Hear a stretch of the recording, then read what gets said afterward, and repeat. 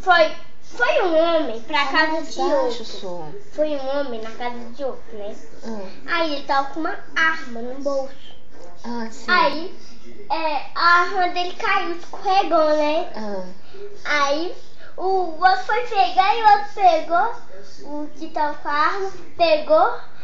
Aí a hora que ele foi puxar, disparou a arma no outro.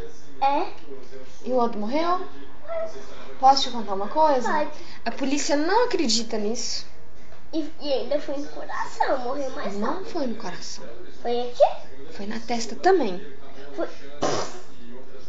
Saiu por aqui? Aí eu não sei. Esse foi essa pau.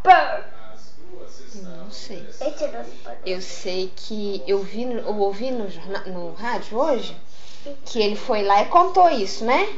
Que ele tava com a arma no bolso, que a arma caiu, parará, mas a polícia não acredita nisso. Opa! Isso que eu vi na Maria Braga. Você viu isso na Maria Braga? E você viu receita? Não passou a receita. Nada. Ela não deu receita? Ela encheu a linguiça demais e não passou nem receita, né? Isso acontece às vezes. É porque, passadeiro lá, do homem lá, aí depois acabou. Aí depois o homem lá chama Sendas. É o sobrenome dele. Sendas? Chama Roberto Augusto, se chamava, né? Que ele morreu, né? Ele era dono de uma rede de supermercados. Sabe?